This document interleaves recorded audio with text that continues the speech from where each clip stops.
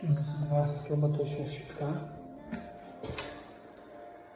Блоки питания для подсветок и видеорегистратор для камер видеонаблюдения. И здесь у нас Wi-Fi роутер, оптиковый терминал, свич для интернета и свич для камер.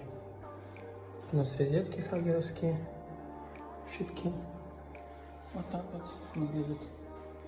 И сверху охрана. Сигнализация от фирмы Ajax. Так все должно выглядеть. Сейчас покажу датчики еще. Здесь у нас пульт от Ajax. И вот сами датчики такие. Плохо видно чуть. Вот он, друзья. Делаем.